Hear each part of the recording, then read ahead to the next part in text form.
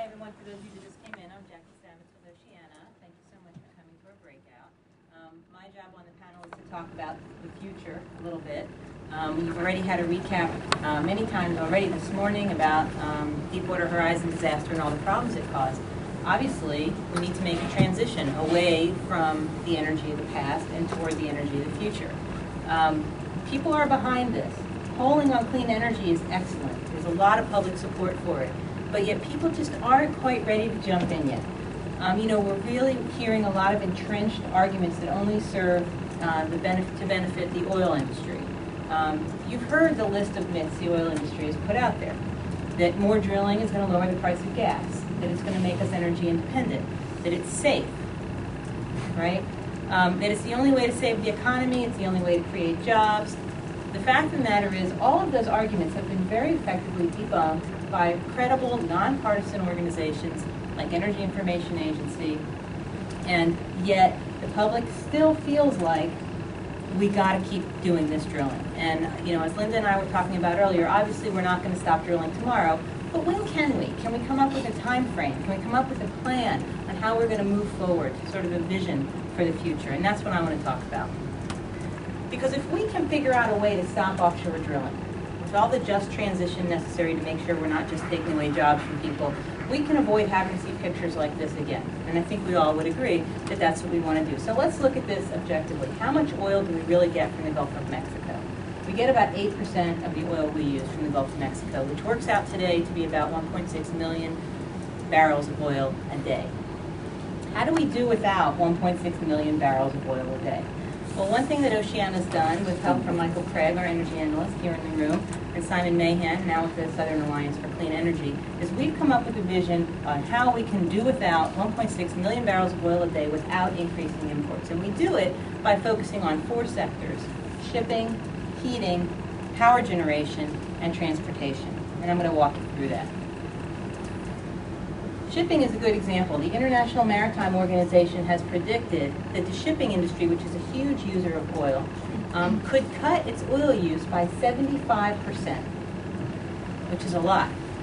One of the best ways they can do that is by simply slowing the ships down, which actually works in our cars too, by the way. And they don't have to slow down by a lot. Simply a 10% reduction in speed could get you a 23% reduction in fuel use. But there's also other things they can do, technological changes and other operational changes that could get them a 75% reduction. But let's just say by 2020, we try to get the shipping industry to reduce its fuel use by 23%. So they could either cut their speeds by 10% or use some of those other tools. That would save us 105,000 barrels of oil a day. Look at heating. Heating in homes and businesses with oil is a very inefficient way to do it. If we shifted as little as 25% of the homes and businesses that are still using oil to using electricity, that would save 228,000 barrels of oil a day. Now I'm going to come back to where that electricity comes from, because obviously I'm not suggesting that we go from one dirty fuel to another dirty fuel. Obviously we need to be shifting these homes and businesses to clean energy. But that's another 228,000 barrels of oil a day. Oil to generate power. We don't use a lot of oil to generate power, but we are still using at least 200,000 barrels of oil a day to generate electricity, something we don't have to keep doing. If we think about, could we, by 2020, move away from this? And if we could, that would save us another 200,000 barrels of oil a day. When it comes to oil use, our cars are a big culprit. We use a lot of oil for our transportation, not just cars, light-duty vehicles in general. We're already projecting that by 2020 we'll see about 3% of our cars becoming electrified. But if we increase that by just 2% more and get 5% of our cars electrified by that date, that would add another 190,000 barrels of oil a day that we don't need. We can actually do more with our transportation sector by using advanced biofuels like cellulosic ethanol. That could get us another 1.1 million barrels of oil a day replaced. So if you add this all up, what you can see is that we've come up with ways to alleviate the need for 1.9 million barrels of oil a day. If you don't like one of those examples, then we've got to do a little more on the other example. There's really a million ways we can do this. Gulf oil, I mentioned right now, is about 1.6 million barrels of oil a day by 2020, which is our target for when we think we could get all of this done. it's going to be up to about 1.8 million barrels of oil a day. But as you can see, 1.9 million, we've covered it. And so this is a vision for by 2020 how we could alleviate the need for drilling in the Gulf of Mexico without increasing our imports. Now I mentioned clean energy because we don't just want to shift all these uses to electricity and then power them with things like coal, which obviously are still part of the problem. And what we figured out is with the heating, additional demands for electricity, with the electricity we're not getting because we're not using oil to generate it, and the cars, we put a few more of our cars onto electricity, that we're going to need about another 17 gigawatts of power to replace that oil use. But if you look at where we are with clean energy and where we're projected to be by 2020, that's really not that much, and it's very achievable. The Department of Energy predicts that onshore wind, we could be up to as much as 100 gigawatts by 2020, which you can see easily would fulfill this need. Offshore wind, there are 9 gigawatts of slated projects on the East Coast. That can help as well. And solar power can also help to address some of the heating needs. Now, you might say, well, those 9 gigawatts are by no means guaranteed. Well, that's right, they're not. But the point of this exercise is to say, let's create a vision that if we achieved it, we could move into that transition. By 2020, which is only 10 years away, Linda, not 30, we could actually alleviate the need for drilling in the Gulf of Mexico if we start moving in a direction of facilitating these kinds of changes and facilitating this clean energy production. This is just a table that shows those numbers again. You can see the 1.9 million in the bottom in the left-hand column that we think we could do by 2020, but we don't have to stop there.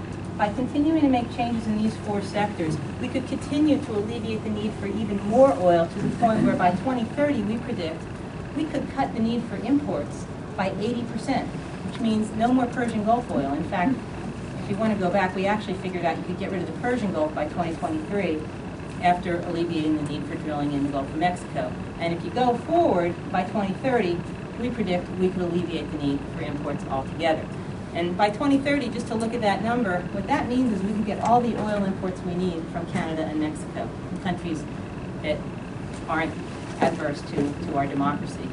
So, so this is a vision that I wanted to put forward, and I hope you'll agree that it's something we should be working towards. The point of the matter is, the problem is not a technological problem.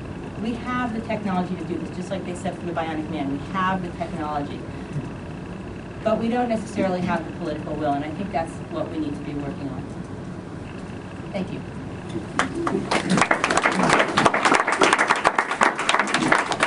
President, one thing I've learned recently is that 1/3 of our energy budget in the United States is dedicated toward the war and military. And so if we were to factor in losing a few of the wars around the globe and reducing our military... Not losing them, but ending them, right? I'm sorry, just end the war. Reduce the militarization, which feeds the desire, the need, the consumption of oil with military action. It's a hand-in-glove thing where they both feed each other. If we could just eliminate both of them, our energy budget and a potential for reducing fossil fuel consumption would be considerably enhanced, and the potential for renewable, likewise, considerably encouraged, because that political power hopefully would become diminished over time. I see that as a major challenge to the mindset and the political will that we need to develop to move toward this sustainable path. Well, it's a good point, and you know what it brings to mind for me is when we were working on this, and Michael Craig behind you is sort of the guy who knows all the numbers better than I do, but what he found was really interesting to me, and he's a really nice guy too, so you all should meet him while you're here, is that our ability to move away from oil actually accelerates a lot over time. So for example, the first 1.6 million gallons we have to find a way to move away from. Just I prioritize the Gulf, but you could say Persian Gulf oil, whichever you hate seeing happen more. Takes us about 9 years from now, till about 2020. The next 1.6 million, because the Gulf and the Persian Gulf are about the same amount of oil that we get. You get the next 1.6 million in about 3 years. So first it takes 9 years to alleviate that much, then it takes 3 years. And as you can see, as time goes on, we get a lot better at doing these things. And all of these projections are based on studies for how much, the auto industry thinks it could do in the next 10 years or 20 years, or how much We think that studies from the Energy Department of Energy think can be done on heating. So it's not just like Oceana guessing, well, let's say we do this many cars, or let's say we do this many homes. But the point is we get better at it, and maybe we get better at it because we're in fewer wars, or who knows, if we will be or not. But it's optimistic. But the point is we have to get started, and with all due respect, we also need to be making sure it's done safely while it is still being done, which I think was an excellent point. I have a couple of just fact questions. Can I just ask people to introduce themselves Sure. Because they're recording you? Yeah, no problem. I'm Jeff Panelhoff, President and founder of the Whaleman Foundation and the Save the Whales Again campaign. And on the Senate vote that was Wednesday night, what was the actual count of that vote? Do you know? Yeah, I do. It's a little complicated. It was on it was on a motion to proceed, so the right vote. It was on invoking cloture on the motion to proceed. So, and then they needed 60 votes. There were 57 no votes. So there were 57 votes that were correct. Okay. Yeah, and I think it was 42 supporting cloture. So it's pretty good. And then the Tuesday night vote was 52-48, is that right? Yeah. Yeah. Yeah, I mean, and the thing that about the vote on the McConnell bill is included in that vote were Landrieu and Vitter, who only voted because there wasn't enough money for Louisiana. They very much supported the rest of the bill. Also, Mike Lee from Utah, very far right, and there were a couple of other very far right people, and they voted because it didn't go far enough, so they voted against it. So you don't care how you get to the right result. I only put it out there because it's not, you can't be guaranteed that you're going to have those same votes in every iteration of, whatever we deal with on the floor. Yeah, okay. And right now, the House bill that passed the floor of the House in aggregate, the House bills are so bad that almost anything that comes out of the Senate that creates a House-Senate conference committee creates the opportunity for conferees who tend to meet at 3 in the morning in a locked room way up to the belfry of the Capitol, for conferees to do bad things based on how much bad is in the House bill is so draconian that even enabling a House-Senate conference is dangerous no matter what the Senate bill is. Yeah. Yeah, I mean, we definitely have such a PR problem in the country right now on this issue. And high gas prices, of course, aren't helping us. But in looking at the numbers that Oceana's worked up as far as, getting off Gulf oil and in 10 years and then off, maybe all foreign oil by 13 years, if there's a way, I mean, from a campaign standpoint, if we could start putting that out to be off of all of it in 10 years instead of 13, I think we've got a much sexier campaign to move forward. The old, we're going to be on the moon, like John F. Kennedy did, that 10-year plan. Nobody believed it could have probably happened at the time, and it did. We need that kind of a hopeful kind of a campaign, and we need some strong people to get in front of it. And I've had some pretty good luck with some celebrities in the whale world, and there's lots that are wanting to come forward on this issue.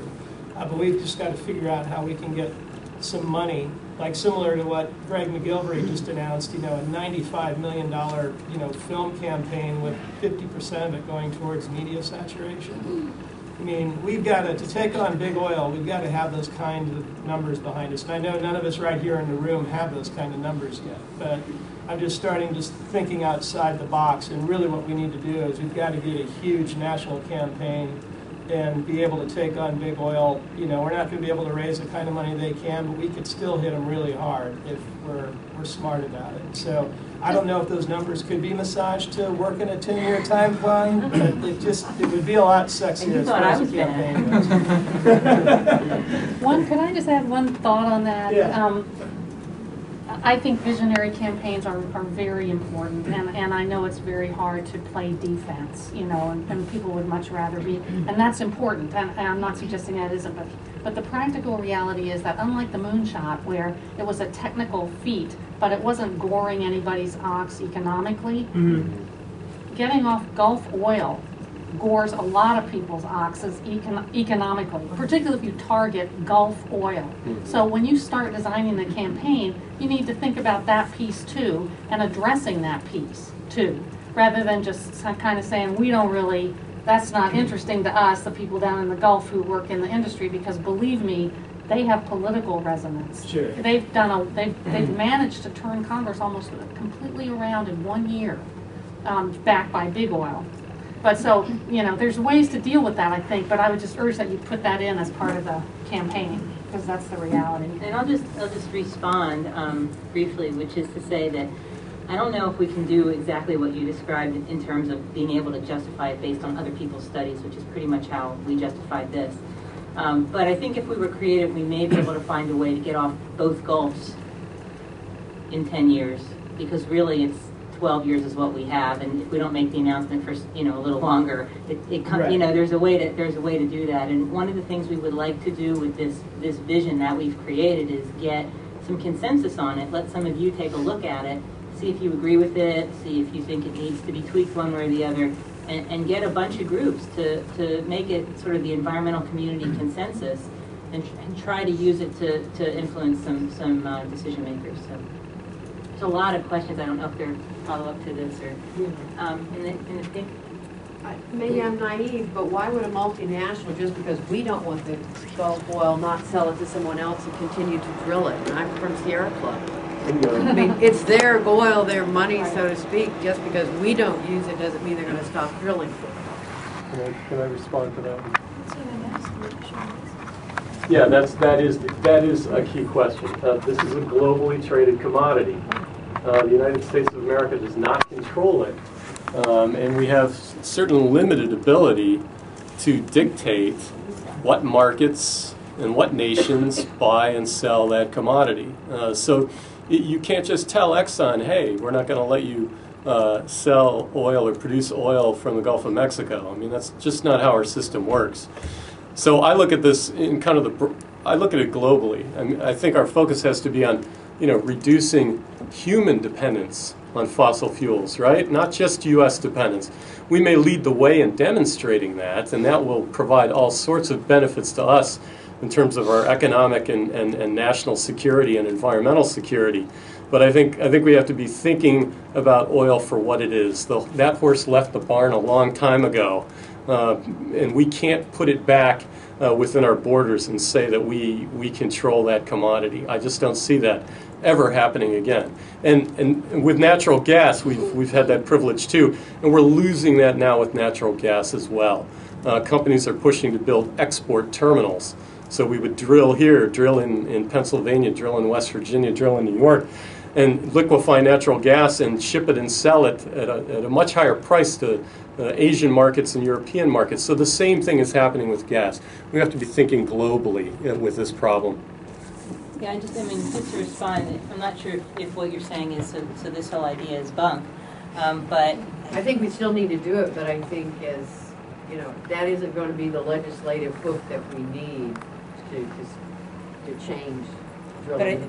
But the point that it makes is that right now, when we had a couple years ago, we had moratoria on the east and west coast and the west coast of Florida, and we had some drilling in the central and western Gulf. And then all of a sudden, we have no moratoria anywhere, except there's still one, thankfully, off the west coast of Florida. But and then after the spill, there was supposedly a permitting moratorium because we had to step back and think, do we want to keep letting this happen in our waters? And I think our politicians still have some ability to decide whether we do this. And when they do, they invoke, we need this oil. And if we can take that argument away from them, then we'll have a better chance of saying, you know what, let's save the oil. Let's wait till oil starts running out everywhere else, and then it'll be worth a lot of money, or let's just save the Gulf, for God's sakes, So I think it's really about taking that argument away, trying to get those moratoria back in place solidly, and then maybe even looking at the Gulf. And Casey has her hand up. So. There are two things about that. I think one is that we subsidize it.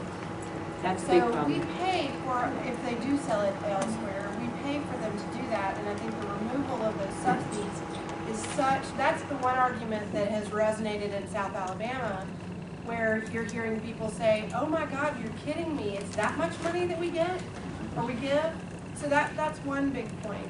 The other point on that I think is really important, I have had the privilege of meeting and working with Antonia Uhas over the last year, She wrote The Tyranny of Oil, for those of you who haven't read it, and just did The Black Tide, which is her version of the Gulf oil disaster. It was phenomenal.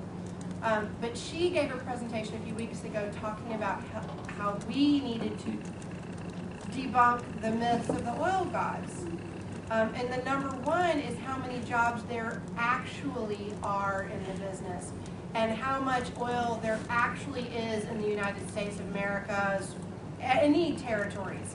I believe that we would use up, if we stopped importing from anyone else, anywhere else, and we would use up all of our own oil in 30 days is the number, and y'all please correct me. Those are the kind of things.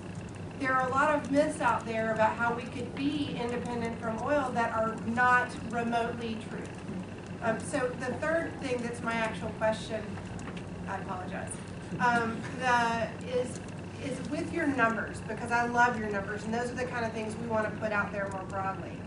And it's just what's in my brain. California was going to run out of energy in the 70s that day, and then they conserved.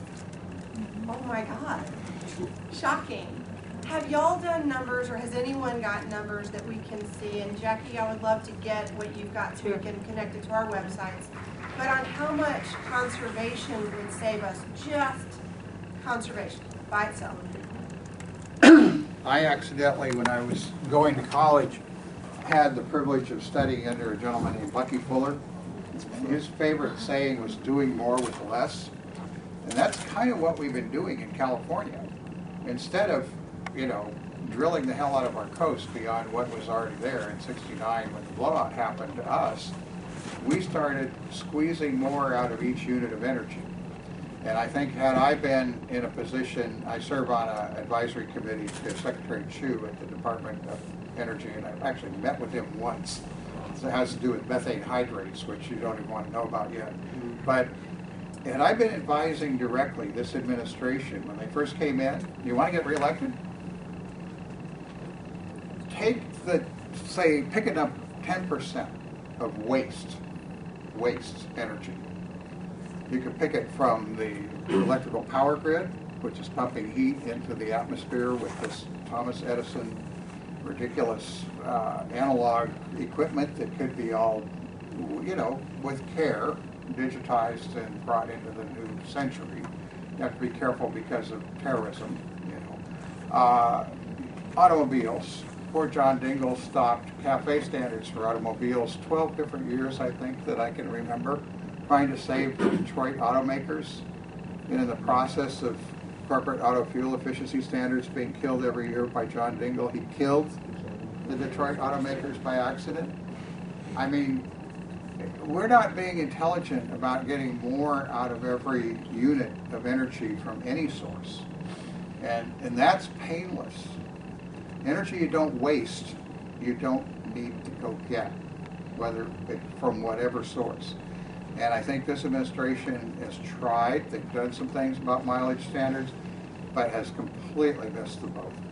Completely missed the boat. And I'm hoping that the cost of something, the environmental cost of energy we waste is paid by the environment. You saw that. You were up to your ankles in it, and that's easily fixed. It's just intelligent. It is not, there's no evolutionary advantage to the human species in wasting energy at the level we're doing it every day. Could I just inject a note of political reality? There's no disagreement about that. Everyone agrees with that, and when you poll, everyone says, absolutely, I want a more efficient car, I want a more efficient whatever. Well, it's not translating politically because people aren't voting for it. They're voting for something else. They're voting based on something else. And then when industry says, well, it's going to cost you an extra $100, and they run that campaign and say, your washing machine, they won't even let you have a top-loading washing machine. Can you believe that in this country? We have freedom in this country, blah, blah, blah, blah, blah. The politics shift, and people get scared. We just had an incredible markup in our committee on appliance efficiency standards, which has been one of the great success stories in our country, negotiated with industry. Consensus standards has saved an incredible amount of electricity over 2 decades. We had to fight for them again because of the kind of dynamic I just talked about. So y'all that work at the grassroots, that's where it's at. I mean, without that political stroke, all these things that everybody knows are right can't get done. Because people, they don't vote on it. They don't go to their politician and say, you know, you screw around with these efficiency standards, we're taking you out. They're not afraid of that.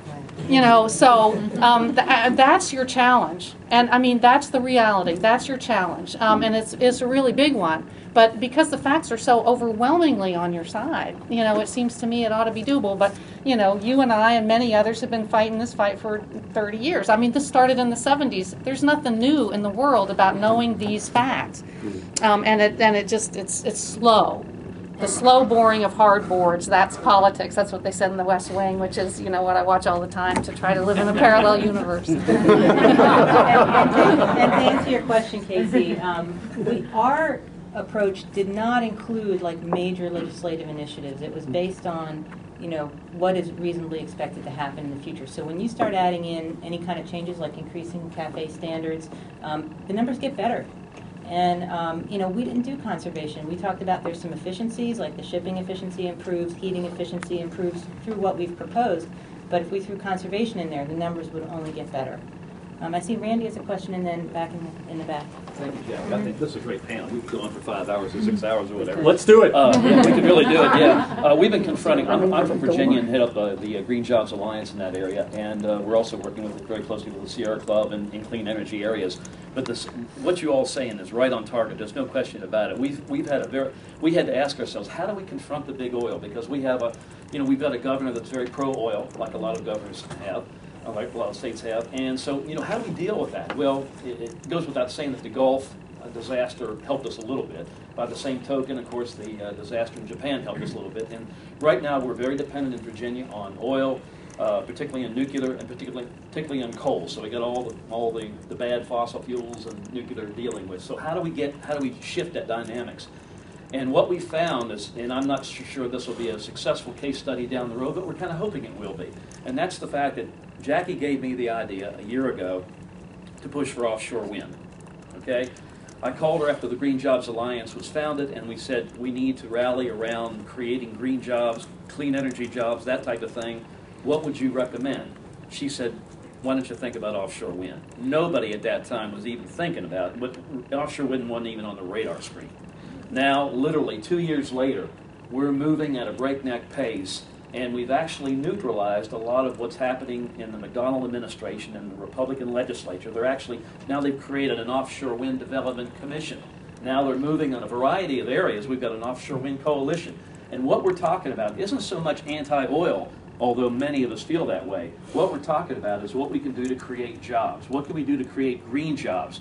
And we're actually working with an incredible supply chain of manufacturing to try to bring manufacturing to Virginia. We're talking to foreign manufacturers like Gamesa, Arriva, Vestas, and we're getting good feedback from all of them. And what we're finding is that, no Republicans are in this room, but we're back. Actually, what we're finding is that we're neutralizing the opposition. We're finding that we're giving them alternatives to oil. We're giving them alternatives to nuclear. We're giving them alternatives to coal. And people are actually see the substance and the potential in green jobs.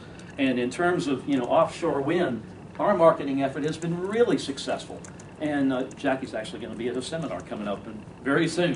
Thanks, Thanks, Randy. But we seem to be making some good progress. And I would commend those of you who are trying to rack your brains as to how do we deal with oil, how do we deal with the fossil fuels, to start thinking more about jobs. You know, clean energy equals jobs. And that really is a positive way that we found in Virginia to do it. And the final hook I'll say is that we got to think about military and veterans. No Republican's going to vote against military or veterans.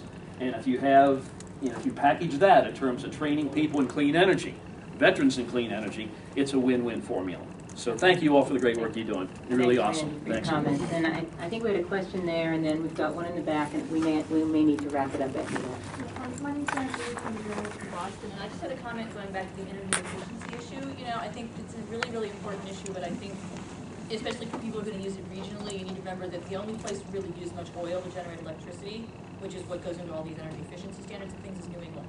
So if you're south, and you go around saying that energy efficiency will get us off of oil, it's not really going to work. I mean, you really have to think about which fuels go to which things. But I think if you're going to talk about fossil fuels in general, then yeah, it's great.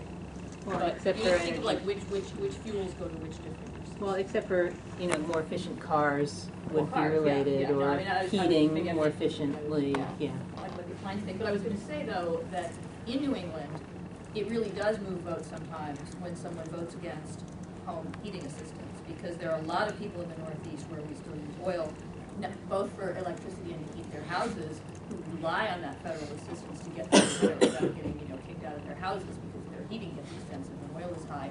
So, you know, there may be leverage there to talk about who is making, you know, energy more expensive for poor people. You know, are politicians taking steps and promoting things that really will help you with your energy costs or not? Thank you. In the back, this is going to be the last question, guys. My name's Wendy Williams, and I'm the journalist that wrote the Cape Wind book. I have a comment, which is you don't actually have an offshore wind industry. You're not going to have one for a long time. And one of the reasons is my question to you. Senator Bingham was wonderful with Cape Wind a while ago, a couple of years ago, and I wrote about that in my book. But recently, the Department of Interior has made a decision which is going to cause a lot of problems for Cape Wind and for the offshore wind industry. I think we all understand that. Until Cape Wind is built, there's not going to be any other offshore wind built in this country. About a month ago, or maybe it was even more recently, the Department of Interior said that they were not going to give a federal loan guarantee to Cape Wind.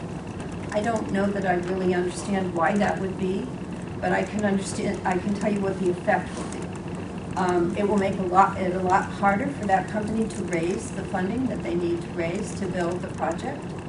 And the effect of that is the more expensive that money is, the more expensive the power is going to be for the person, because the way the contract is written right now, savings or added cost is going to be reflected in the ratepayer, the power consumer is going to be paying for that electricity. So if you give a loan guarantee, then the cost of that money goes down, and the way it's written according to what the Attorney General requires currently is that the cost to the consumer will go down 75%. They'll get 75% of the savings, and the investors will get 25%. So I'm wondering what the justification of that would be, given that so many onshore wind developers don't really need loan guarantees anymore. Yeah, I don't know about that decision. I assume it's a DOE decision, because that's where the loan guarantee program sits. The Interior Department doesn't have money to offer as loan guarantees, and the DOE program has been pretty robust. So I don't know what the reasoning was for that. I know they're juggling a lot of different applications for a finite pot of loan guarantee money. I can tell you some of the applications are probably for very large energy companies. So onshore, the industry right now is increasingly dominated by companies like Florida Power and Light, which currently has given itself another name, but it's still FPL. They're actually the ones that are benefiting from those onshore loan guarantees. They don't need it. You know, wind is a very small percentage of their power production, so they don't really need those loan guarantees. But if you guys want an offshore wind industry in this country, Cape Wind really needs that loan guarantee. And if they don't get that loan guarantee and don't get that project in the water pretty soon, there's not going to be any offshore wind developed in the country at all. Thanks. We'll take a look at that. Thanks, everybody. I think we're going to go ahead and wrap this up so you have time to get to the next session, but we appreciate all your participation. Thanks, you guys.